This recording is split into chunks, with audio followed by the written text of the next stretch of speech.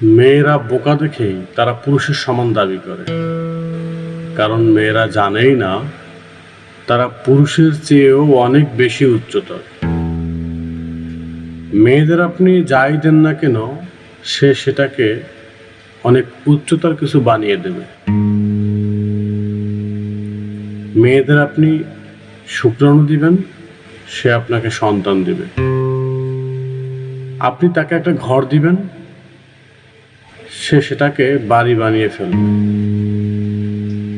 আপনি তাকে বাজার দিবেন, সে রান্না করে খাবার বানিয়ে দিবে।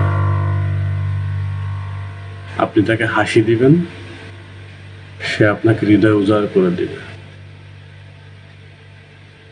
আর যদি কখনো তাকে আপনি যন্ত্রণা দিয়ে থাকেন, তবে রেডি থাকুন, সে আপনার জীবন জাহান্নাম বানিয়ে দিবে।